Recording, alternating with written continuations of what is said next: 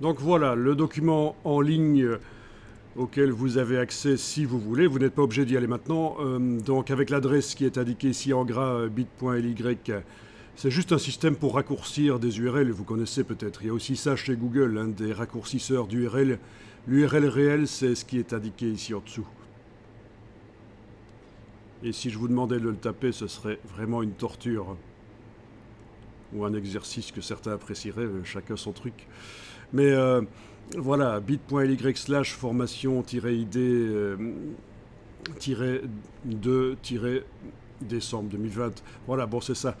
Et j'avais déjà donc indiqué ce qu'on a vu le matin. On a parlé des images du domaine public, donc là je fais un petit topo sur ce qu'on a vu en fait. Hein.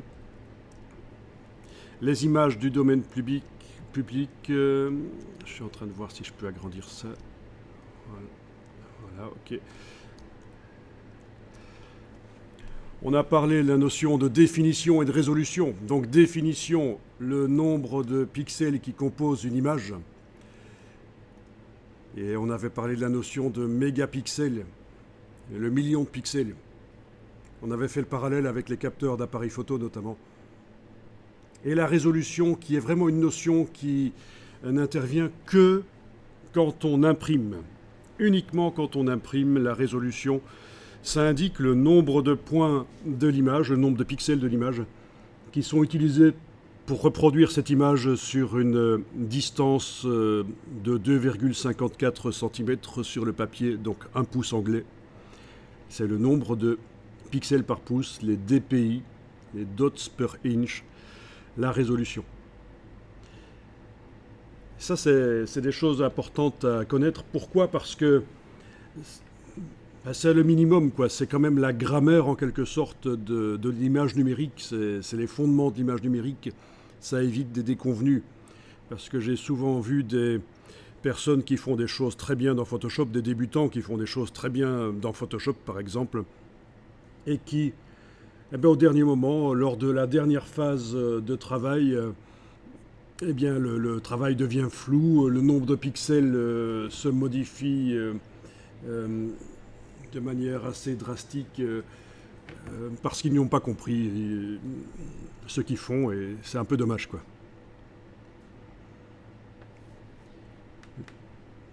Une erreur typique, par exemple, c'est quand on met un sujet dans un décor, voilà, dans Photoshop, on déplace un sujet qu'on a extrait d'une photo et on va le mettre dans un autre décor. Et si le sujet est trop grand, on saute sur la fonction transformation manuelle pour réduire la taille du sujet. Alors qu'en fait, c'est l'inverse qu'il faut faire. Il faut pas penser comme ça. Il ne faut pas se dire, tiens, le sujet est trop grand dans le décor. Non, c'est le décor qui est trop petit par rapport au sujet. Donc c'est le décor qu'il faut agrandir. Enfin voilà, ce sont des choses en rapport avec la résolution. Les notions de pixels, définition, résolution. Alors, on a parlé des images RVB. Oui, ça fait une quinzaine d'années que Adobe préconise de travailler avec des images RVB dans InDesign, même si la finalité du document, c'est l'impression.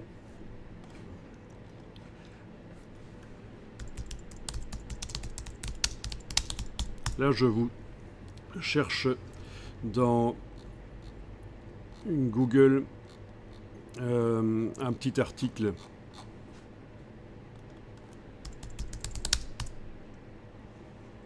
Voilà, j'ai juste tapé ceci dans Google, InDesign Secrets Should Use RGB, et je tombe sur l'article que je recherchais.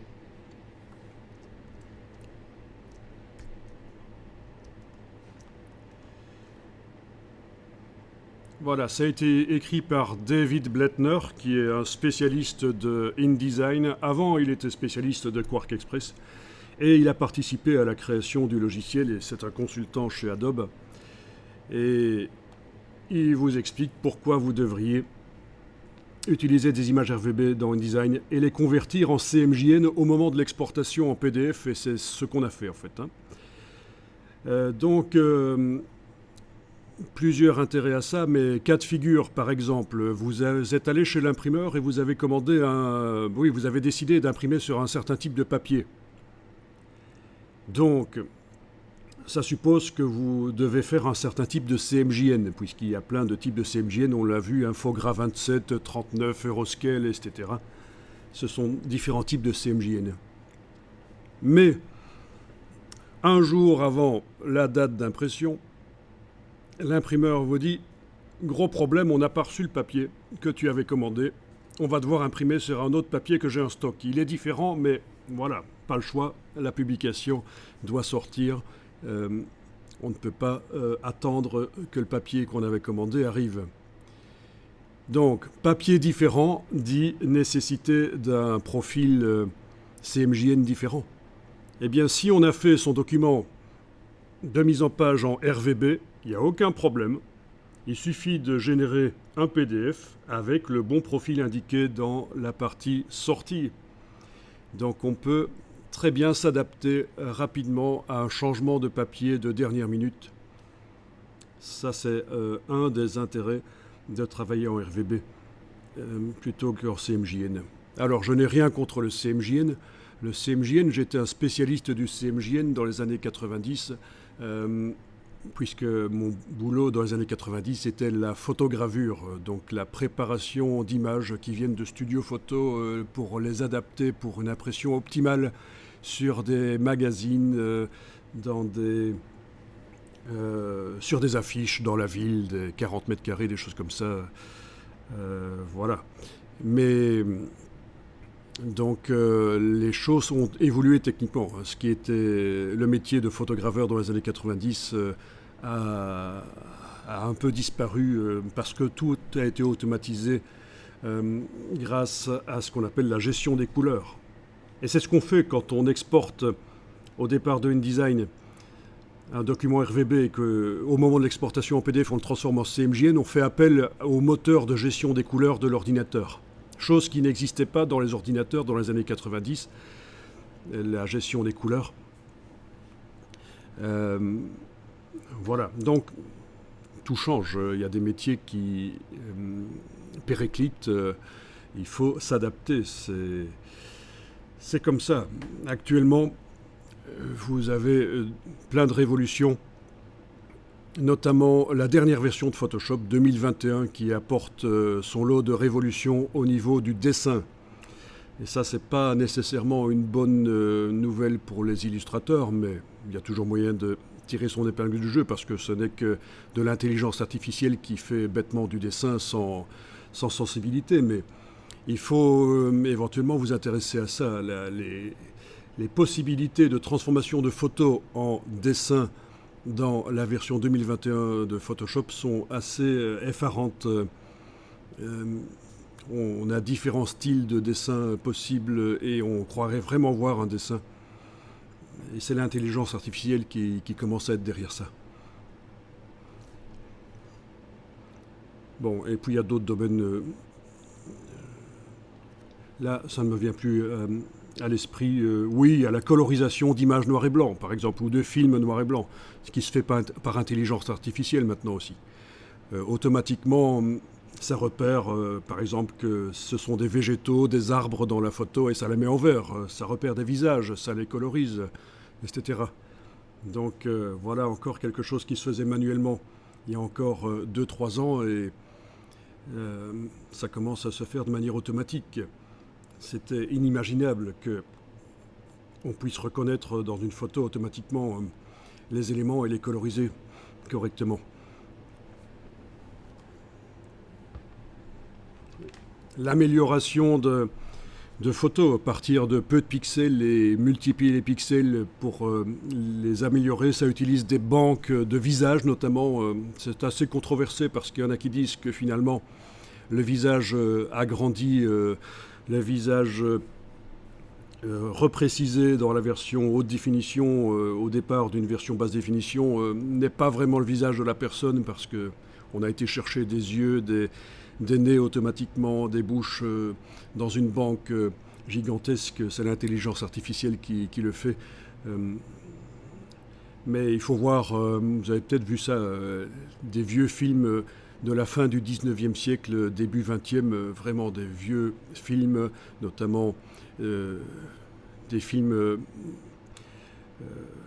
de villes, des scènes dans les villes upscalées, améliorées, et on a l'impression de voir une vidéo d'aujourd'hui, de 2020, tellement c'est réaliste et précis et fluide. Alors, pour revenir à l'article ici, à la fin, ils vous disent que oui, ça peut quand même encore, de nos jours, être justifié de travailler en CMJN. Voilà, à cet endroit-ci. C'est quand on veut avoir un vrai contrôle professionnel sur notamment la couche de l'encre noire, le contraste de l'encre noire qui participe à la création de l'image en 4 couleurs sur le papier. Ok, je reviens ici au document. Et qu'est-ce qu'on a vu d'autre? On a bien sûr vu comment importer et manipuler les images dans InDesign, chose qui n'est pas si évidente que ça. Vous avez vu que c'est une petite gymnastique. Il faut déjà comprendre qu'il y a 2 niveaux. Il y a le conteneur, le bloc conteneur, et puis il y a le contenu, l'image à l'intérieur, et donc on peut manipuler les deux. On a parlé du fait que la résolution de l'image, quand on l'ouvre dans Photoshop, la résolution qui est indiquée, 72 pixels, 150, 300, 600, 1200, n'a absolument aucune importance, puisque ce qui compte, c'est la densité des pixels de l'image dans InDesign. En fonction de la dimension à laquelle je mets l'image, quelle est sa densité de pixels, quelle est sa résolution en quelque sorte, puisque on travaille sur un document qui a des dimensions en centimètres, et donc la résolution, le nombre de pixels par pouce, le nombre de pixels par 2,54 cm a de l'importance. Voilà, donc deux mythes qui ont été démystifiés hier. On vous dit, dans les écoles encore aujourd'hui, en 2020, vous devez absolument faire vos images en CMJN à 300 dpi dans Photoshop. Eh bien, ce n'est pas vrai, en fait. C'est contre-productif, en fait. Les gens qui vous disent ça n'ont peut-être même pas conscience qu'il existe plusieurs CMJN. Fogra 39, 27, Euroscale, tout ça, peut-être qu'ils ne savent même pas. Pour eux, CMJN, c'est CMJN. Et donc, tout ça est générateur de décalage couleur à l'impression.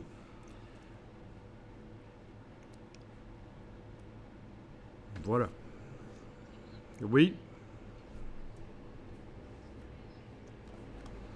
Donc, l'après-midi, on a fait l'exportation en PDF avec la transformation de RVB vers CMJN, avec l'ajout d'un fond perdu de 3 mm,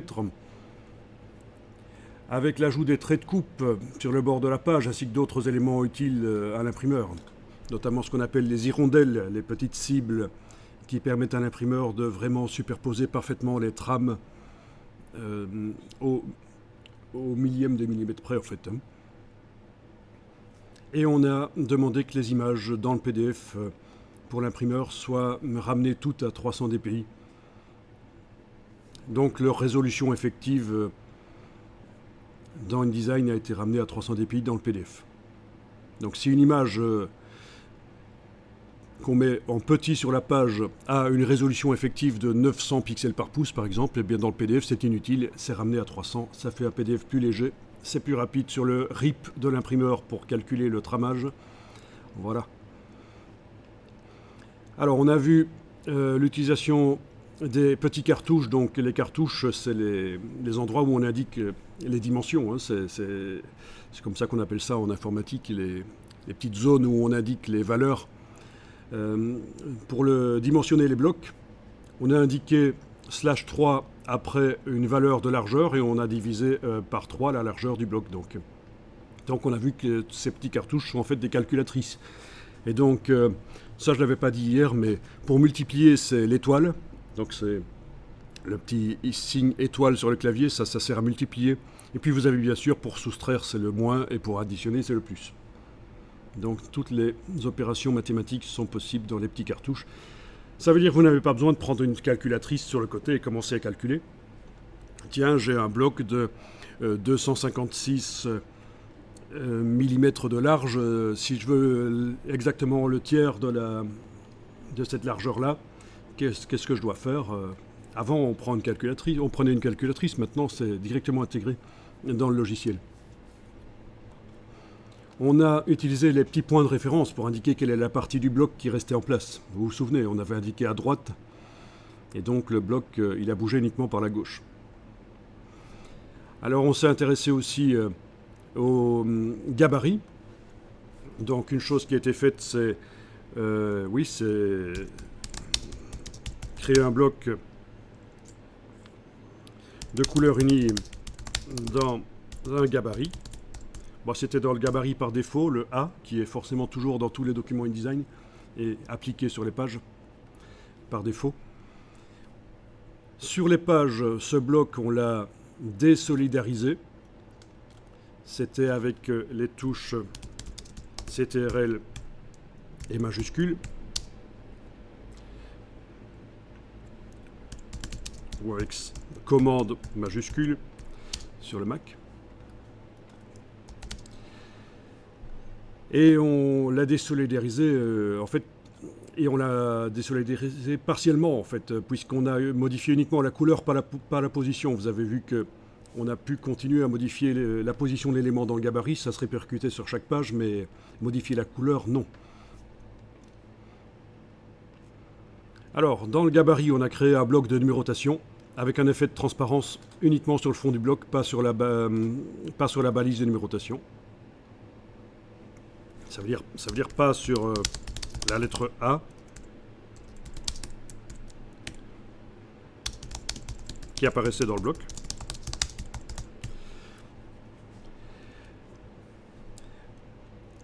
Alors on a vu qu'on avait intérêt à créer un calque pour la numérotation, pour que les numéros de page passent au-dessus des éléments qui se trouvent sur les pages, malgré que la numérotation vient d'un gabarit, et que normalement, tout ce qui vient d'un gabarit se place sous les éléments qui se trouvent sur les pages. Donc c'était la petite astuce de mettre la balise de numérotation sur un calque pour que ça passe au-dessus des éléments qui se trouvent sur les pages. Comportement anormal, en fait.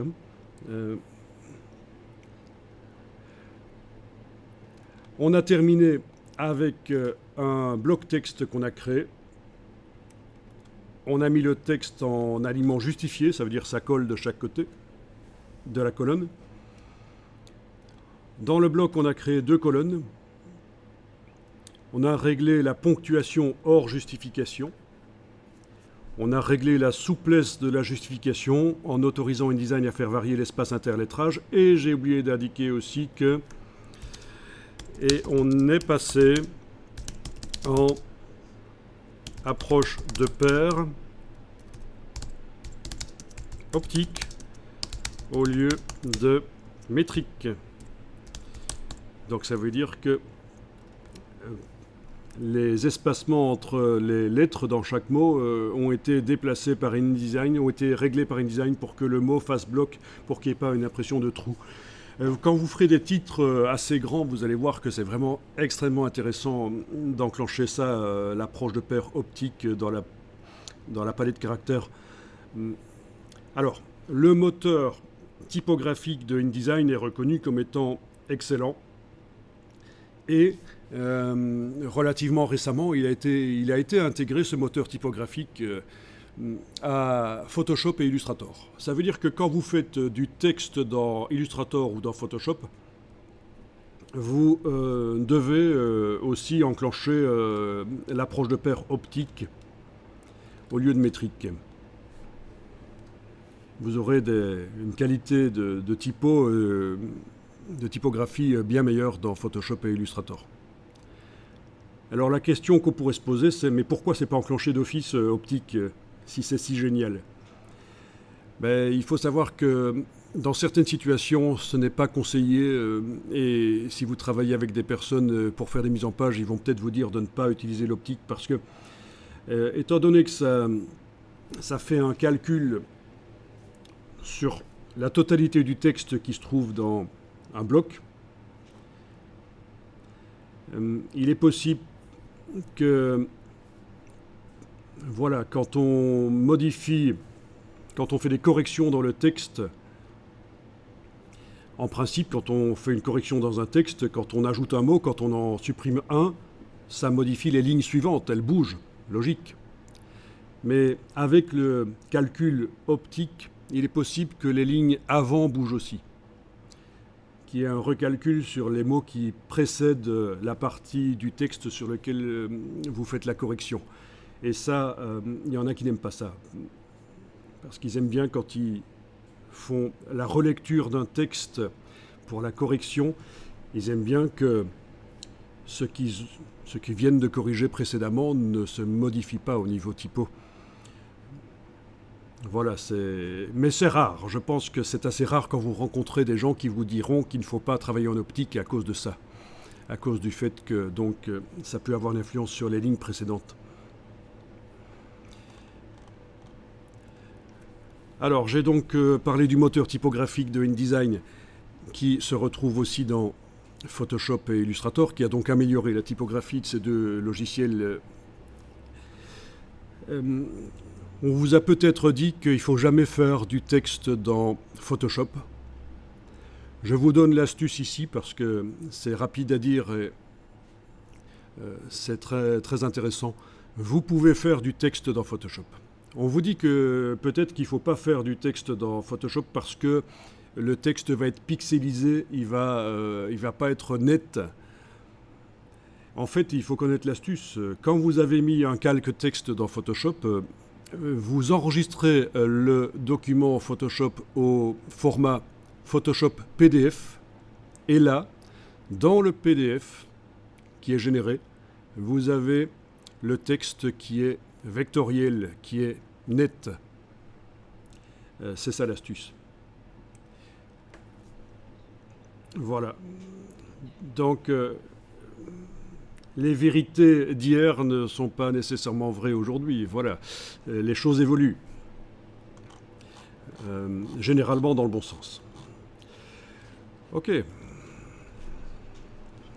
Ah non, bien sûr, si on convertit le PDF, le Photoshop PDF, si on le convertit en JPEG, ça devient des pixels partout et donc on a le problème du texte qui est pixelisé.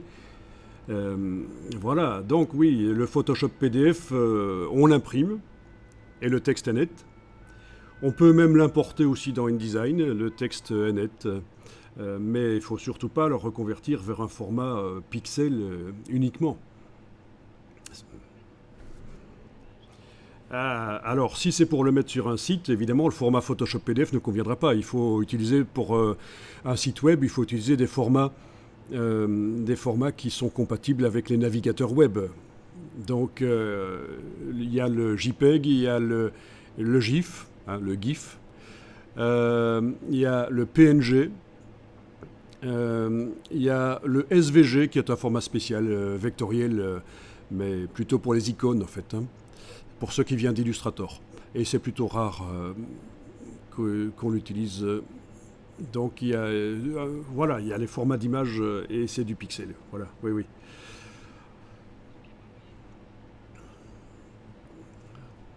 Alors,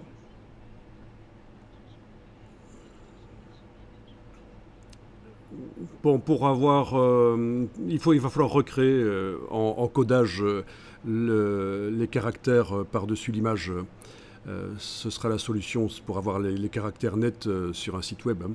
Voilà, il va falloir jouer avec des blocs superposés, avec l'image en arrière-plan. Voilà. Oui, oui. Ben, c'est vaste, hein. Il y a des systèmes qui existent, il y a des outils chez Adobe, c'est spécifique au web. Hein. Bien.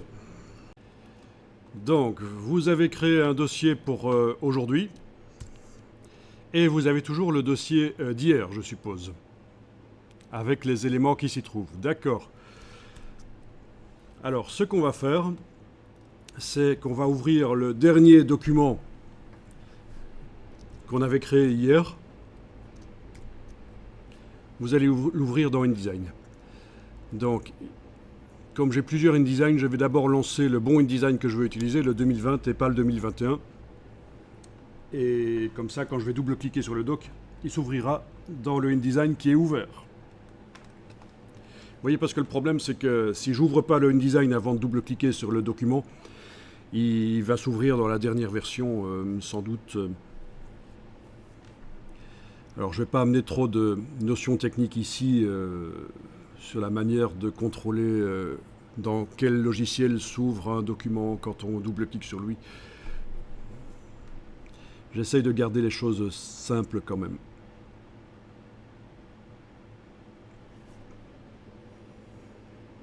Bien.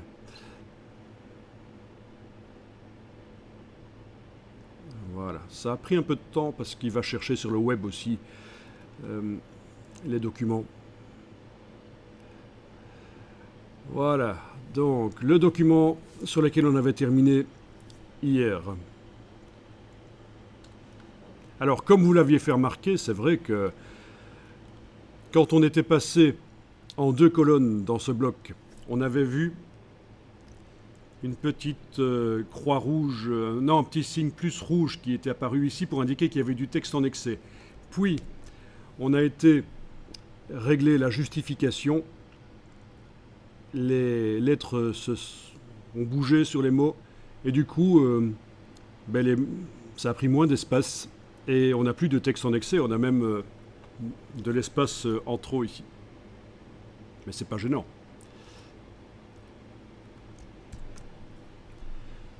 Ça, c'est une des choses que je vous expliquerai plus tard, comment faire des compositions en créant des espaces vides aussi.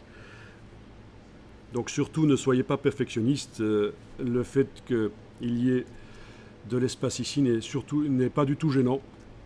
Il faut savoir composer avec du texte, des images, mais aussi du vide.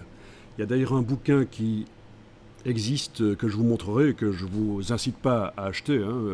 C'est juste pour vous montrer que c'est tellement vrai ce que je suis en train de vous dire là qu'il faut jouer avec les espaces vides quand on compose des pages. Il y a même un bouquin qui s'appelle White Spaces are not your enemy. Donc les espaces blancs ne sont pas vos ennemis. C'est à destination des graphistes. Bon. Oui. Ah oui, en fait, mais je pense que je vous l'avais dit, si on veut donner un côté classieux, haut de gamme à un document, il faut du vide. Alors quand on dit vide, c'est pas nécessairement le blanc du papier, ça peut être des aplats de couleurs, ça peut être des morceaux de photographie, un ciel dans une photographie qui fait du vide sur la mise en page. Et au contraire, si on veut donner un côté bas de gamme à un document, il faut faire du remplissage. En général, c'est ce que les débutants font. Ils optimisent à fond l'utilisation de la page. Il n'y a pas un centimètre carré qui n'est pas utilisé. Mais ça, les débutants, ils le font par erreur de mauvaise mise en page. Mais quand je vous dis, si on veut donner un côté bas de gamme à un document, il faut faire du remplissage, on pourrait se poser la question, mais qui voudrait donner un côté bas de gamme à un document ? Eh bien, ce sont des choses qui arrivent. Ce sont des demandes qui existent. Donc, par exemple, si je vends un catalogue d'objets, si on veut donner l'impression que les objets sont vraiment pas chers, que c'est vraiment une affaire, eh bien on va faire du remplissage. À l'inverse, si pour un catalogue d'objets vous laissez plein d'espace, le public va avoir la perception que vous gâchez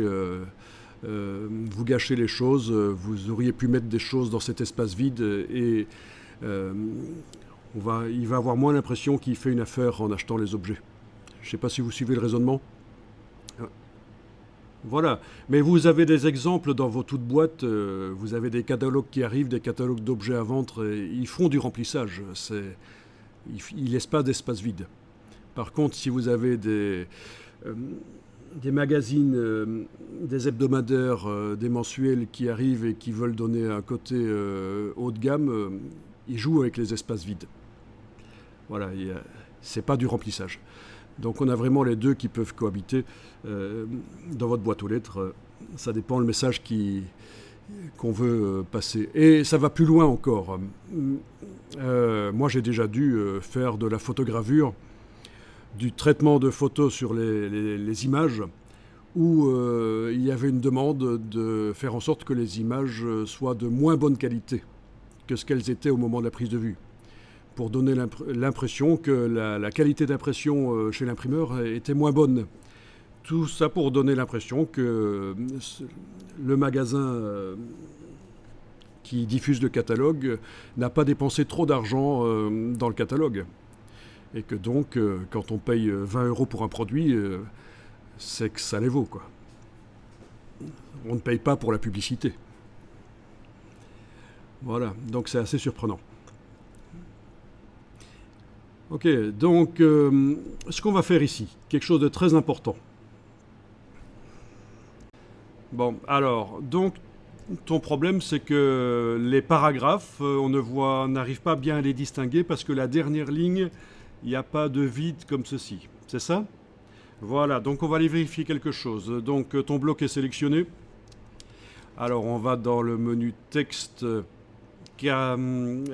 texte paragraphe. Menu texte paragraphe. Et est-ce que c'est bien cette icône-ci qui est enclenchée? C'est justifié sauf la dernière ligne. Parce que si tu as enclenché ça, ça justifie la dernière ligne. Voilà, c'est pas bon, ça on fait jamais ça. C'est bien ceci en fait, oui. C'est ça que ça montre, hein, c'est subtil, mais la dernière ligne, elle, n'est pas justifiée. La dernière ligne de chaque paragraphe. Oui, non, parce que l'espace, on va en créer en mettant de l'espace entre les paragraphes. Oui, on va faire ça. Mais ça permet d'éviter que la dernière ligne ait des mots qui soient fort espacés. Oui, en fait, c'est rare quand on justifie avec la dernière ligne. Donc justifier à gauche, c'est toutes les lignes sauf la dernière qui sera alignée à gauche en fait. Voilà. Alors, je vais un peu vérifier ce que tu me dis là à propos des calques en sélectionnant le bloc et en allant voir dans la palette des calques. Il est possible qu'on ait mis le bloc texte. Il est possible qu'on ait mis le bloc texte sur le mauvais calque. Non, il est sur le bon. Il est sur le bon calque texte. Et donc, la question c'est... ta question c'est comment ça se fait que... Ah, mais en fait... étant donné qu'on n'aura jamais de numérotation à l'endroit où il y a le texte, c'est logique, hein, on ne va pas mettre la numérotation à l'endroit où il y a du texte, ça n'a pas d'importance que le calque texte soit au-dessus ou en dessous de numérotation dans ce cas-là. Oui, on aurait pu faire comme ça. On peut les déplacer, les calques. Hein. Donc voilà, mais... Non, il n'y a pas d'automatisme dans les calques. C'est toi qui crées les calques et qui les positionnes comme tu veux. Il n'y a pas d'automatisme dans les calques. Et donc, on avait décidé de mettre le calque numérotation au-dessus. Le calque texte pourrait être sous le calque image. Ça ne poserait pas de problème non plus. D'ailleurs, on va faire une petite expérience avec de l'habillage. Comme ça, vous allez tout de suite comprendre que ça n'a aucune importance non plus. Par contre, si on faisait un calque avec des fonds colorés, des fonds qui sont en fond de page, là, il ne faudrait pas qu'ils soient au-dessus du texte, bien sûr. D'ailleurs, vous pourriez tester. Vous allez dans la palette calque et on va créer un calque qui va s'appeler fond. Et ce sera l'occasion que je vous parle d'une astuce visuelle très intéressante. Voilà. Si vous créez dans la palette des calques un nouveau calque qui s'appelle fond, il faut absolument qu'il se mette au fond. Parce que ça risque bien d'être des éléments qui vont recouvrir la totalité de la page, notamment pour changer la couleur du papier. Si on veut avoir une influence sur la couleur du fond de page. Donc faites ça dans la palette calque, créez un calque fond, placez-le en dessous.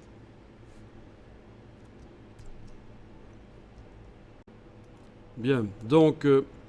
si je résume ce qu'on a fait hier sur le bloc, dans menu fenêtre, texte et tableau, article, on est allé enclencher l'alignement optique des marges, qui fait en sorte que notamment ici la virgule chez moi, vous n'avez pas le même texte que moi parce que c'est vraiment du faux latin aléatoire, hein, mais si vous avez une virgule ou des tirets de césure, ça sort du bloc et ça permet de donner l'impression que le bloc est moins indenté sur le côté. Et certaines personnes, d'abord tout le monde va le percevoir, mais sans nécessairement le voir. Ça va participer à la qualité typographique d'un document, mais certaines personnes du milieu professionnel qui vont voir que vous avez fait des documents comme ça vont apprécier parce que voilà, c'est quelque chose qui existait sur les photocomposeuses des années 80 qui permettent de faire donc des magazines, des documents. Cette ponctuation hors justification qui ici dans InDesign s'appelle l'alignement optique des marges, ça existait sur les photocomposeuses. Ça a été perdu à l'apparition des logiciels de PAO comme PageMaker et QuarkXPress. Et InDesign a réintroduit ça parce que je vous rappelle qu'en 1999, quand InDesign est apparu, il devait laminer, il devait évacuer son concurrent qui était utilisé majoritairement, c'était Express. Et donc Adobe est venu avec plein d'arguments, voilà, notamment ça. Notamment aussi le fait que quand le logiciel plante et qu'on le réouvre, le document se réouvre. C'était pas le cas de Express, enfin plein de choses de ce genre-là. Ok, première chose, l'alignement optique des marges. Deuxième chose qu'on a faite, c'était dans la palette caractères. On a été enclenché l'approche optique de paires de lettres. Voilà, l'approche optique de paires de lettres. Hein. C'est ça que ça montre ici, l'espace entre deux lettres.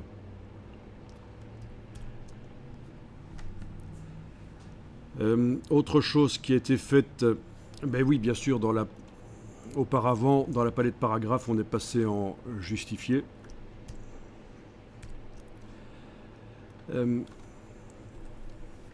Quoi d'autre?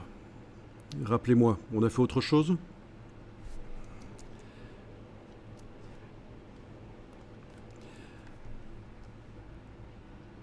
Oui, on avait mis en 2 colonnes, oui, oui. Alors, autre chose dont je n'ai pas parlé, qui peut être fait aussi, et là vous pouvez tester, vous avez votre bloc qui doit être sélectionné. Ici, je sélectionne le bloc pour modifier le contenu avec la palette caractères. Je peux le faire parce que il n'y a pas de titre et de sous-titre dans le bloc, il n'y a que du corps du texte, on appelle ça le body, le corps du texte, le texte principal du document. Plus tard, quand on mettra des titres et des sous-titres, si on veut modifier, on ne pourra plus faire comme ça. Il faudra vraiment aller spécifier que je modifie tel paragraphe. Vous voyez, là c'est facile parce qu'on n'a qu'un seul type de texte dans le bloc, on peut se permettre de le sélectionner comme ça. Mais je veux dire, après, quand vous aurez des titres et des sous-titres dans le texte, il faudra vraiment aller faire des sélections et modifier ou utiliser des styles. Enfin, on verra à ce moment-là. Ça va venir forcément, on va faire des titres et des sous-titres.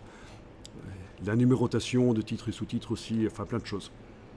Ok, donc le bloc est sélectionné. On avait été modifié l'approche de paire. Il y a l'approche de groupe ici, qui peut aider aussi. L'approche de groupe, vous pouvez tester. Vous allez voir que c'est globalement l'espacement entre les caractères. Et ça peut aérer les choses. Voilà. Ça peut améliorer aussi la typographie. D'accord? Approche de groupe. Donc encore une chose supplémentaire qui peut être faite pour améliorer la typographie. Ici, j'ai mis 20 par exemple. Et dans mon cas, ça fonctionne pas trop mal.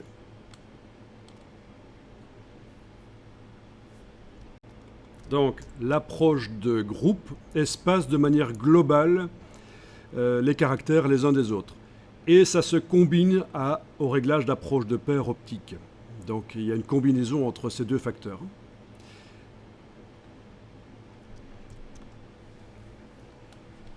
Alors pour savoir si ça donne bien, si c'est un document destiné à l'impression, pour savoir si ça donne bien, il faut absolument le sortir sur une imprimante laser noir et blanc. Pourquoi pas une imprimante jet d'encre? Parce que ça a tendance à rendre les choses floues, le jet d'encre. Donc le laser noir et blanc, ça coûte pas cher et c'est net. C'est une bonne simulation de ce qui se passera chez l'imprimeur. Et à ce moment-là, vous regardez sur la feuille de papier qui sort, est-ce que le texte vous paraît agréable à lire? Est-ce qu'il vibre? Parce qu'il peut arriver ça, c'est que le texte sur la page, on a l'impression qu'il y a quelque chose qui se passe au niveau de la résolution analytique de la rétine, donc dans l'œil, par rapport au texte qui est vu à une distance normale de lecture. Il peut arriver un phénomène de vibration désagréable. Et il suffit parfois de modifier la dimension du caractère, le faire plus petit ou plus grand, et on règle le problème. Et ce n'est pas sur écran que vous allez pouvoir checker, vérifier que le texte est agréable à lire, parce que l'écran a tendance à rendre flou aussi. Voilà, donc moi je vous conseille vraiment de vous munir d'une imprimante laser noir et blanc pour vérifier quand vous concevez des paragraphes, surtout pour le texte principal du document. Là, c'est là que ça va vibrer, éventuellement. Il faut vérifier ça sur l'imprimante laser noir et blanc.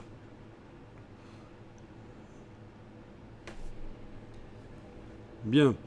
Alors, autre chose. Alors, vous avez votre bloc qui est sélectionné. Vous allez pouvoir aller chercher la palette Information. Menu Fenêtre, Information.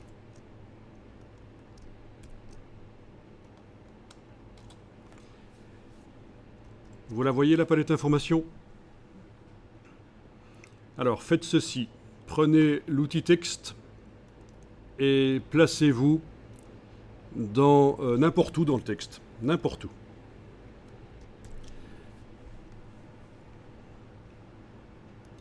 Alors, ce qu'on a dans le bloc, c'est ce qu'on appelle un article. Et un document peut être composé de plusieurs articles. Alors, dans cet article, dans ce texte-là, qu'est-ce qu'on a? Eh bien, on a le nombre de caractères qu'on voit là, le nombre de mots et de lignes, et le nombre de paragraphes. Voilà. Vous le voyez aussi, c'est évidemment pas la même chose chez vous. C'est à peu près ça, à peu près. À quoi ça peut servir, ça, à votre avis? Vous n'avez pas d'idée? Alors, je vous explique. Vous êtes en train de mettre au point le design d'une publication récurrente, un hebdomadaire, un mensuel, et vous faites appel à des rédacteurs. Chaque rédacteur a sa spécialité. Il y a un jardinier, il y a un bricoleur, etc. Il y a un spécialiste du tricotage ou je ne sais pas. Voilà. Ils rédigent leur article à chaque édition du magazine. Eh bien, il faut pouvoir leur dire combien de mots ils doivent faire. C'est comme ça que ça marche dans la presse. Les gens qui rédigent des articles savent qu'ils vont devoir faire un article qui a un certain nombre de mots à peu près pour que ça rentre dans le canevas, dans la charte graphique du magazine, dans l'espace qui est prévu pour leur article. Voilà, voilà. Et donc, si on a conçu un magazine avec, sur cette page-là, pour la rubrique jardinage, ce nombre-là de mots, ben voilà, il va devoir faire à peu près ce nombre-là de mots. Alors, bonne question, est-ce que les caractères comportent aussi des espaces? J'aurais tendance à dire oui, mais je vais tester. Oui, en effet. Je viens d'enlever un espace et ça a enlevé un numéro. Oui, voilà. Donc les espaces sont comptés aussi, oui. Oui. Mais ce n'est pas les caractères qu'on va dire au rédacteur, on va lui dire plutôt les mots.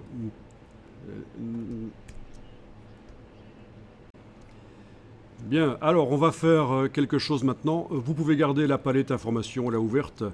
On va sélectionner le bloc avec la flèche noire et ce qu'on va faire, c'est marquer la différence entre les paragraphes. Parce que pour l'instant, les paragraphes, la seule manière de les distinguer, c'est la fin de la dernière ligne où il y a de l'espace. Mais on va mettre de l'espace entre les paragraphes, on va faire respirer ça. Donc, vous avez votre bloc qui est sélectionné avec la flèche noire, vous allez dans la palette paragraphe, menu texte paragraphe, et vous allez jouer avec l'espace après paragraphe, c'est ici en fait, comme on le voit ici, espace après, voilà. Voilà. D'accord ? 7 mm par exemple d'espace, et voilà ce que ça donne. Quel est l'espace qu'il faut mettre? C'est à vous de voir le look que vous voulez donner à votre document. Donc peut-être que chez toi, si la colonne de droite n'a pas bougé, c'est qu'il n'y a peut-être pas de paragraphe, mais tu peux en créer manuellement un. Voilà, avec l'outil texte, aller positionner au début d'une phrase, ou même n'importe où en fait, juste devant un mot, et touche retour chariot sur le clavier, et voilà. Donc c'est la grosse touche sur le clavier que vous appelez la touche entrée, la touche retour chariot, mais voilà, on a créé un paragraphe. Alors, pour que ce soit propre, je vais aller changer la première lettre ici en une majuscule et peut-être aller mettre un point à la fin là-bas. Ah, ok. Je joue avec les flèches au clavier pour bouger, évidemment, comme dans tout traitement de texte. Et touche suppression. Voilà, voilà. Donc ça marche chez toi maintenant. Tu as un paragraphe dans la colonne de droite. C'est ça, voilà, oui. Oui. Ne faites pas de sélection manuelle parce que vous n'arriverez pas à sélectionner tout le texte puisqu'on a maintenant du texte en excès. Ah oui. Sauf si vous faites un clic dedans et vous faites un CTRL A. Alors là, ça sélectionne tout le texte, y compris celui qui est en excès, pas visible, parce qu'il sort du bloc. D'accord ? Bon. Alors, il y a plusieurs choses intéressantes qui peuvent être dites ici. Premièrement, si vous avez du texte en excès, vous en avez. Du texte en excès, on le voit. Non ? Ok. Si tu n'en as pas, il va falloir tricher. Tu vas faire une sélection sur une partie et tu vas faire un copier-coller 2 fois. Voilà. Donc un CTRL-C, CTRL-V, CTRL-V. Comme ça, tu dupliques une partie du texte. Et comme ça, on aurait pu réduire la taille du bloc aussi. Ça aurait fonctionné aussi, bien sûr, avec la flèche noire, réduire la taille du bloc. Il n'aurait pas pu montrer tout le texte. Mais donc voilà, vous avez du texte en excès. On est d'accord. Quand vous mettez le curseur texte et que vous regardez dans la palette informations, vous voyez des informations supplémentaires. On vous indique le nombre de caractères qui sont en excès, le nombre de mots. Voilà, le nombre de lignes, il ne sait pas le calculer, mais le nombre de caractères et de mots en excès, c'est montré. Donc, dans ce cas-là, que faire? Alors, d'abord, on peut aussi remarquer quelque chose. En bas de la fenêtre du document, vous avez une erreur qui est signalée. Ça, c'est ce qu'on appelle le contrôle en amont. Alors, le contrôle en amont, ça veut dire quoi? Ça veut dire, en anglais, ils appellent ça le pre-flight, le vol d'essai. C'est-à-dire qu'avant d'envoyer un document à l'impression, InDesign vous repère quels sont les problèmes. Voilà. Et le fait qu'il y ait du texte en excès est un problème. Si vous avez mis du texte dans un document et qu'il n'apparaît pas, c'est pas logique. Donc le contrôle en amont, c'est ça. On peut aller jeter un petit coup d'œil si vous voulez. Vous allez sur la flèche ici, demander panneau de contrôle en amont. Et ça vous ouvre le panneau de contrôle en amont que vous auriez pu aller chercher dans menu fenêtre, Fenêtre et où est-ce qu'il se trouve encore ce contrôle en amont, si on va le chercher par là. Enfin, il est quelque part ici. Dans le menu fenêtre, c'est une palette. Ah oui, c'est ça. Sortie, oui, forcément. Sortie, contrôle en amont. Oui. Voilà. Et alors, vous pourriez avoir dans un document long plusieurs erreurs. 5, 10, 15. Bon, c'est pratique, hein, ce contrôle en amont. Ça veut dire que vous ne devez pas nécessairement manuellement vous-même repérer où sont les erreurs. Il va vous le dire. Et donc, si vous déployez ici, on vous dit texte en excès sur la page 2. D'accord ? Ok. Alors, quoi d'autre ? Information. Ici, dans le bas du panneau, vous avez information. Problème, il y a du texte en excès, 415 caractères. Réparer, comment réparer ? Redimensionner le bloc de texte avec la flèche noire ou modifier le texte pour l'ajuster au bloc. Ça veut dire faites des caractères plus petits. Ou ajouter des blocs de texte au lien. Il faut peut-être cliquer sur... oui, il faut cliquer sur l'erreur en question. Oui, bloc de texte. Oui, j'ai cliqué sur bloc de texte ici, en déployant, voilà. Ou alors ajouter des blocs. Hein, on peut chaîner les blocs. On peut avoir un deuxième bloc de texte et le chaîner. Le texte coule du premier bloc au deuxième. Enfin voilà. Bon, quand on est tout débutant, je pense que c'est pas si évident que ça de comprendre les explications qui sont là. Ça manque de voilà, d'images et ils ont fait des efforts dans d'autres logiciels pour montrer des petits tutos plus explicatifs, mais là, voilà. Bon, c'est pas très grave dans un premier temps.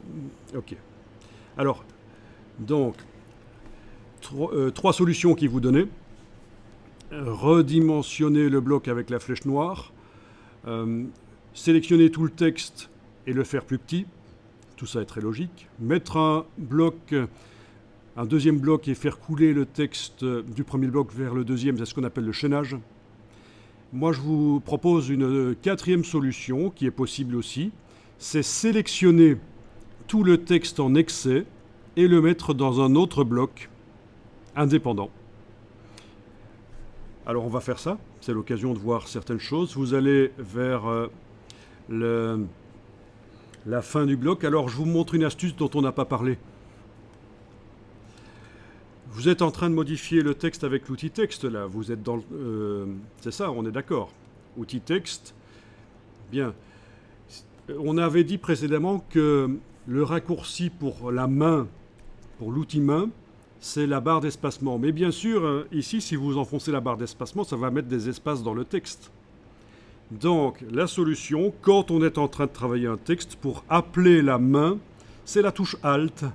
Avec la touche Alt, on arrive à appeler la main et à bouger sur l'écran. Donc vraiment très utile ça, ce raccourci de la main quand on est en train de travailler avec du texte.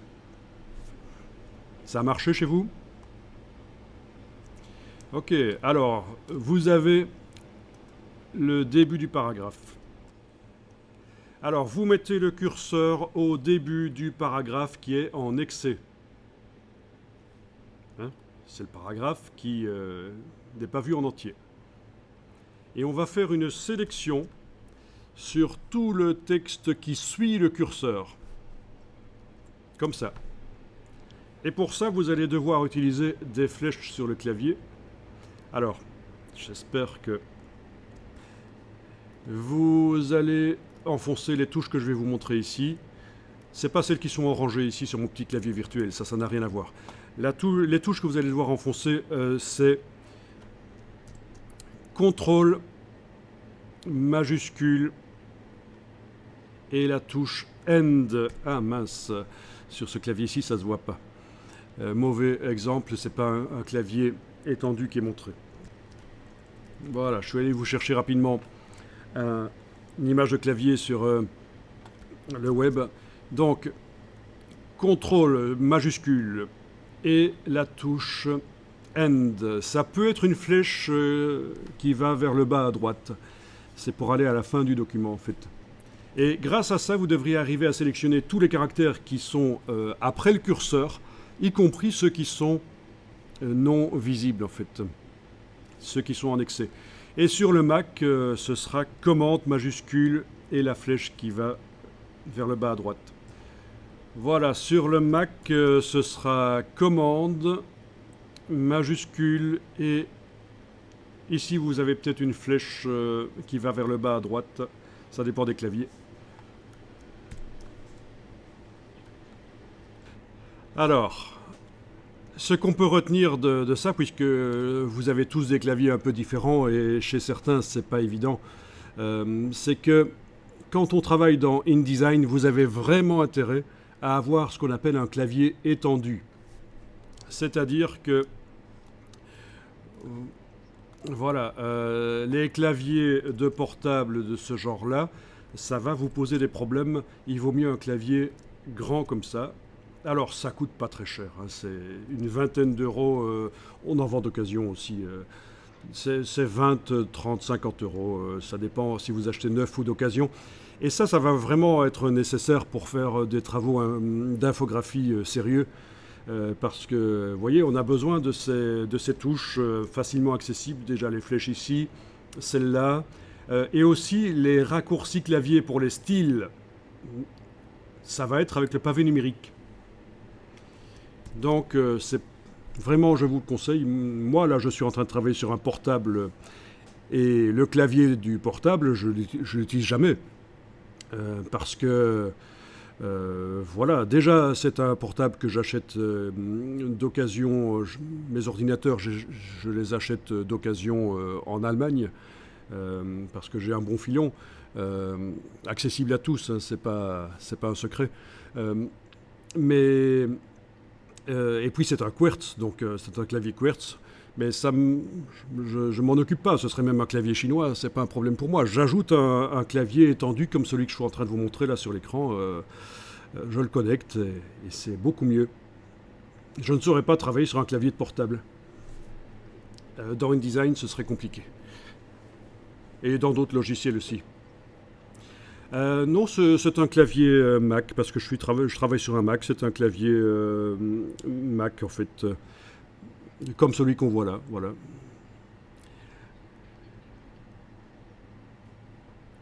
Ah, un clavier, si tu as un clavier Mac avec un Windows, là, oui, c'est un peu compliqué. C'est dommage parce qu'ils coûtent plus cher les claviers Mac.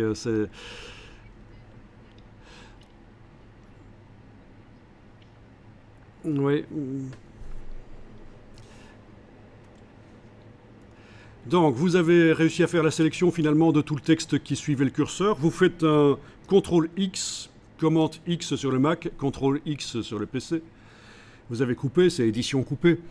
Et vous allez créer un nouveau bloc texte. Donc, avec l'outil texte, vous allez pouvoir créer un bloc texte et coller.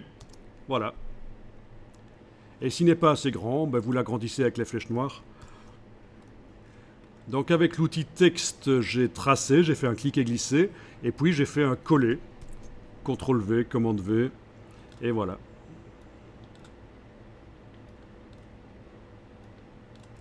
Donc c'est la quatrième solution pour arriver à ne plus avoir de texte en excès. Et ce bloc, bien sûr, on peut le mettre sur n'importe quelle page, pas nécessairement sur celle-ci. Donc avec ton petit clavier Mac,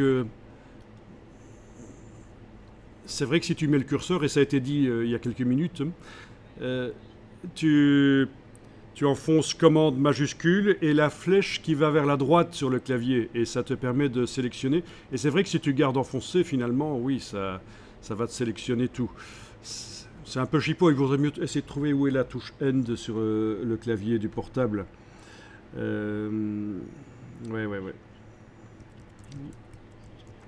Oui, il n'y a pas d'urgence parce qu'on ne va pas en avoir besoin beaucoup, hein. C'est surtout quand vous allez faire des mises en page par vous-même après que ce sera utile ce genre de choses. Mais pour la formation, vous n'aurez pas besoin de clavier étendu absolument. Sinon, on l'aurait signalé en fait. Alors, il est normal que de temps en temps, il y ait des choses que vous n'arriviez pas à faire pour des questions techniques. L'essentiel, c'est de se souvenir et de l'appliquer après.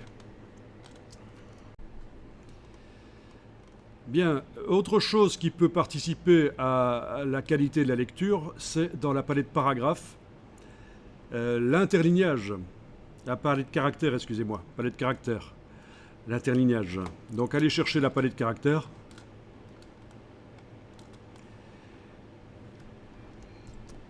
Vous avez sélectionné votre bloc, le grand là. Bien, vous avez ici l'interlignage. Alors, il est indiqué chez moi 14,4 points. Et j'ai 12 points de caractère. Je ne sais pas si vous avez aussi 12 points de caractère. Oui. Donc il est également indiqué chez vous 14,4 points d'interlignage. On est d'accord. Entre parenthèses, pourquoi? Quand vous voyez quelque chose qui est indiqué entre parenthèses dans un cartouche comme ça veut dire que c'est le logiciel qui l'a calculé automatiquement pour vous. Et InDesign est pré-réglé pour que l'interlignage soit équivalent à 120% de la taille du caractère. Donc 14,4, c'est 120% de 12. Mais n'empêche que vous pouvez vous éloigner de cette valeur-là et augmenter l'interlignage sans problème. Et alors, vous obtenez ce que vous voyez parfois dans certains magazines, et c'est pour redonner, pour que ce soit plus agréable de lire les choses, vous avez plus d'espace entre les lignes. Et ça vous donne un effet plus classieux aussi. Ici, à 15, je n'ai pas cet effet-là, mais à 16, je commence à avoir cet effet intéressant de texte agréable à lire. D'accord? Mais bien sûr, économiquement, ça va demander plus de pages pour transmettre la même information. Donc, voilà. Donc voilà, éventuellement passer à 16 d'interlignage. Ça va, vous ressentez bien l'effet? Alors, parfois, dans certaines publications, on fait un interlignage excessif pour donner vraiment un effet classieux, mais là, je ne retrouve pas ça ici. Bon. Ça peut être utile aussi pour corriger un texte. Bon, c'est typique dans les milieux universitaires, on vous demande de faire un fort interlignage. Et donc, c'est pour pouvoir écrire des notes, évidemment, entre les lignes, des corrections. Donc, pour un texte à corriger, pourquoi pas? Ça peut aussi être utile de faire un très fort interlignage.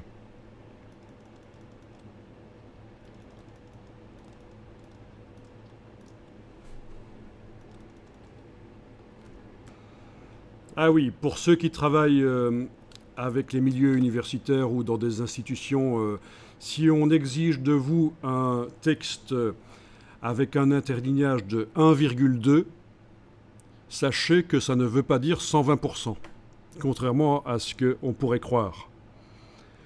1,2, c'est le réglage d'interlignage dans les logiciels Microsoft. Et ça ne correspond pas à 120%, c'est bien au-delà de 120%. D'accord? Donc, il faut se méfier de ça. On dirait qu'on suppose dans les milieux universitaires que vous allez forcément utiliser Word pour rédiger un document, et donc on vous demande 1,2 d'interlignage. Voilà. Alors, c'est ça qui est compliqué, c'est que ce qu'il faut faire, c'est mettre 1,2 dans un logiciel Microsoft et puis aller mesurer pour obtenir la même chose dans un logiciel qui n'est pas Microsoft. Donc c'est 1,5 qu'on te demandait à l'université. Oui, c'est peut-être 1,5, oui. Et c'est pas 150%. C'est un interlignage assez fort, donc il y a vraiment beaucoup d'espace entre les lignes. C'est ça. Hein. Et pour pouvoir inscrire les corrections facilement. Oui, c'est ça, c'est pour pouvoir indiquer, écrire entre les lignes des choses.